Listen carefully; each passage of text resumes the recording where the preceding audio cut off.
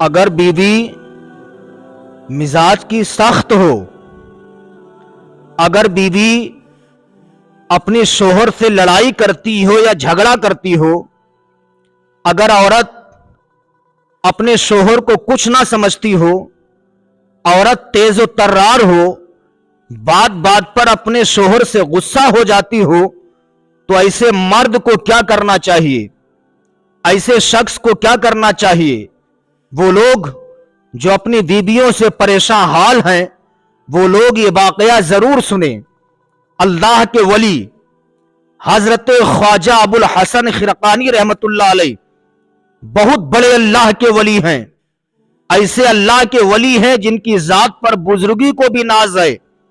حضرت شیخ ابو الحسن خرقانی رحمت اللہ علیہ آپ کے چند مریدین معتقدین، آپ کے چاہنے والے، آپ کے ماننے والے، آپ کے نام لیوا آپ کے گھر پہنچتے ہیں ملاقات کرنے کے لیے کہ اپنے پیر و مرشد کی سے ملاقات کر لوں، ان سے دعائیں کروا لوں۔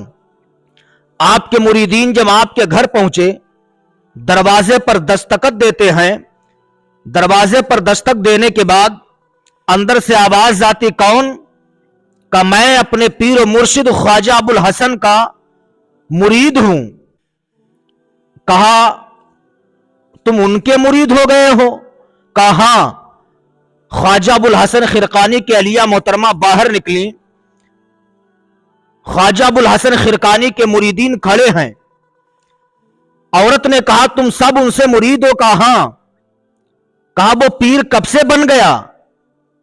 کہا وہ تو بہت بڑا مکار و دجال ہے، تم نے اسے اپنا پیر بنا لیا ہے، وہ پیر بننے کے لائق نہیں، تم اس کے مرید ہو گئے ہو۔ جب مریدوں نے بیوی کی زبان سے جملہ سنا تو مریدین بڑا شش و پنج میں ڈوب گئے کہ ہمارے پیر و مرشد خواجہ ابو الحسن کی اہلیہ محترمہ اتنی تیز و ترار ہے کہ ہمارے پیر و مرشد کو مکار و دجال کہہ رہی ہیں۔ مریدین بیٹھ گئے، پھر کہا بتاؤ تو آخر گئے کہاں ہمارے پیر و مرشد؟ تو عورت نے کہا پھر تم نے پیر کہا، وہ تو معاذ اللہ بہت بڑا دجال و مکار ہے، تم اسے پیر کہہ رہے ہو، یہ پیر کب سے بن گیا؟ مریدوں نے کہا جب تک ہم اپنے پیر و مرشد خواجہ ابو الحسن سے ملاقات نہیں کر لیں گے ہم لوگ یہاں سے جائیں گے نہیں۔ کچھ دیر مرید بیٹھے رہے، کچھ دیر کے بعد کیا دیکھتے ہیں، اللہ کے ولی حضرت خواجہ ابو الحسن خرقانی رحمت اللہ علیہ جنگل کی طرف سے شیر پر سوار ہو کر کے تشریف لا رہے ہیں۔ سبحان اللہ سبحان اللہ۔ مریدوں نے کیا دیکھا کہ خواجہ ابو الحسن شیر کے اوپر سوار ہو کر کے لکڑی کا بوجھ رکھ کے لیے ہی آ رہے ہیں۔ جب خواجہ ابو الحسن خرقانی رحمت اللہ علیہ اپنے دروازے پر پہنچے، شیر سے نیچے اترے، لکڑیوں کا بوجھ نیچے رکھا، شیر نے آپ کے قدموں کو چوما، شیر جنگل کی طرف چلا گیا۔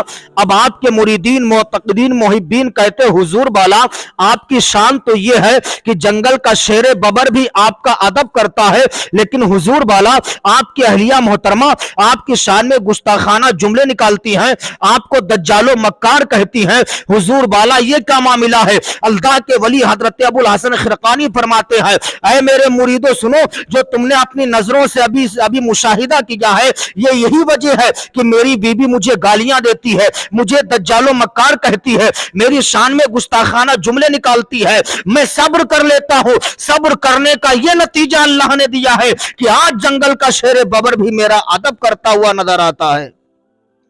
تو اسلامی بھائیوں، اگر عورت تمہاری تیز ہے تو اس کی باتوں کو برداشت کر لیا کرو، صبر کر لیا کرو، انشاءاللہ گھر کے اندر جھگڑے نہیں ہوں گے، اس لیے کہ عورتیں ٹیڑھی پسلی سے پیدا کی گئی ہیں۔ حدیث شریف میں ہے کہ اگر تم ٹیڑھی پسلی کو سیدھا کرنے کی کوشش کرو گے تو ٹیڑھی پسلی ٹوٹ جائے گی، یعنی طلاق کی نوبت آ جائے گی، لہٰذا اس کے ٹیڑھے پن سے ہی فائدہ حاصل کر لیا کرو۔ لیکن اسلام کی مقدس شہزادیوں میں تم سے بھی کہتا ہوں کبھی بھی اپنے شوہروں کو ناراض نہ ہونے دیا کرو، شوہروں کو برا بھلا نہ کہا کرو، شوہر کی شان میں گستاخانہ جملے نہ نکالا کرو۔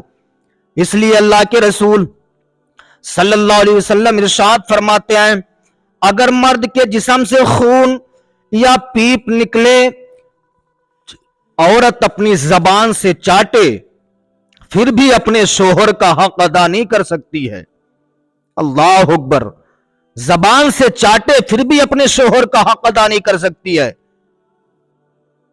तो ऐ मेरी मां बहनों, तुम पर तुम्हारे शोहरों का बहुत बड़ा हक है। किताबों में लिखा है कि अगर औरत नमाज नफल पढ़ रही है, अगर उसका शोहर बुलाए तो उसे चाहिए वो नमाज नफल की नियत तोड़ के अपने शोहर की खिदमत करने के लिए फौरन पहुंच जाए। तो शोहरों को बुरा भला ना कहा करो, शोहरों को सताया ना करो।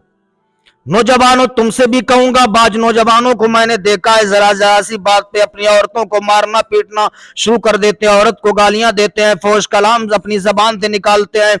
नौजवानों, औरतों को भी सताया ना करो, इसलिए कि अपना घर बार भी छोड़ना आसान नहीं होता है। औरत ने अपने घर को छोड़ा तुम्हारे लिए, अपने बाप को छोड़ा तुम्हारे लिए, अपनी माँ को छोड़ा तुम्हारे लिए, भाइयों को छोड़ा तुम्हारे लिए, अपनी सहेलियों को औरत ने छोड़ा तुम्हारे लिए। तुम बात बात पर अपनी औरतों को सताया करते हो, मारा करते हो, बल्कि औरतों को सताया ना करो, उन्हें मारा ना किया करो।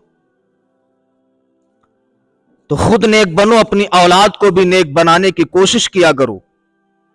अल्लाह रब्बुल इज्जत कुरान पाक में इरशाद फरमाता है, अर्रिजालु कव्वामूना अलन निसा, रब फरमाता मैंने मर्दों को औरतों पर हाकिम बना करके भेजा है। अल्लाह फरमाता है मैंने मर्दों को औरतों पर हाकिम बना करके भेजा। तो मर्द को चाहिए कि वो अपनी औरत पर हुकूमत किया करें। इस्लाम की मुकद्दस शहजादियों, रसूलुल्लाह सल्लल्लाहु अलैहि वसल्लम की बेटी हजरत फातिमतुज़ ज़हरा रज़ियल्लाहु ताला अन्हा का किरदार देखिए, हजरत फातिमा की जिंदगी देखिए कि हजरत फातिमा हसनैन करीमैन की परवरिश करती थी, उनकी तरबियत करती थी, अपने शोहरों की खिदमत भी किया करती थी, और नमाज की ऐसी पाबंदी थी, सुभान अल्लाह, शाम का वक्त होता मुसल्ला जमीन पर बिछा दिया करती थी। आलम यह होता था कि एक सजदा मुकम्मल नहीं होता था। अजान फजर की आवाज कानों में सुनाई दिया कर पड़ती थी, कानों में अजान फजर की आवाज पहुंचती थी। पैगंबर की बेटी फातिमतुज़ ज़हरा बिलक बिलक के रोती थी, अर्ज करती थी, परवरदिगार ऐ मालिको मौला, तूने छोटी छोटी रातें क्यों बनाई हैं? मौला एक रात इतनी लंबी बना दे, इतनी लंबी बना दे कि पैगंबर की बेटी फातिमा एक सजदा तो मुकम्मल कर ले। इस्लाम की मुकद्दस शहजादियों, एक दिन तुम 5 मिनट तक अपनी पेशानी को जमीन पे रख के देखना, एक दिन 5 मिनट तक सजदा लंबा करके देखना, तुम्हारी आंखों में खून उतर आएगा। लेकिन पैगंबर की बेटी फातिमतुज़ ज़हरा सारी रात अपने सर को रब की बारगाह में झुकाए रखा करती थी, अपनी पेशानी को जमीन पर खम किए रखा करती थी। ये शान है रसूलुल्लाह की बेटी फातिमतुज़ ज़हरा रज़ियल्लाहु ताला अन्हा की। जिंदगी देखिए, जिनकी गोद में इमाम हसन पले, जिनकी गोद में इमाम हुसैन पले, सुभान अल्लाह। हसनैन करीमैन की शान बहुत ही बुलंद बाला है। नबी फरमाते हैं अल हसन वल हुसैन हुमा रैहानी मिनद दुनिया, हसन और हुसैन दोनों मेरे दुनिया के फूल हैं। ये शान है हसनैन करीमैन की। फिर सरकार फरमाते हैं हसन और हुसैन दोनों जन्नती जवानों के सरदार हैं।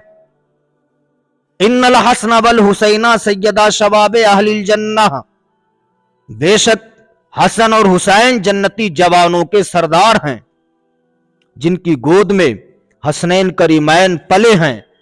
इसलिए मां के सब औलाद के लिए सबसे पहला मदरसा मां की गोद है।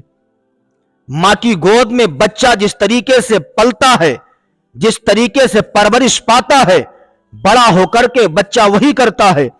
मां अगर नमाज के बारे में बताती है, मां खुद नमाज पढ़ती है, बाप खुद नमाज पढ़ता है, तो उनकी औलादें भी नमाज पढ़ती हैं।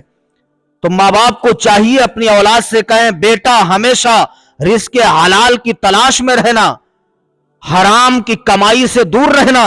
इसलिए कि अगर इंसान के शिकम में हराम का ایک لقمہ پہنچ جاتا ہے، کتابوں میں لکھا ہے 40 دن تک اس کی کوئی بھی دعا قبول نہیں ہوتی ہے۔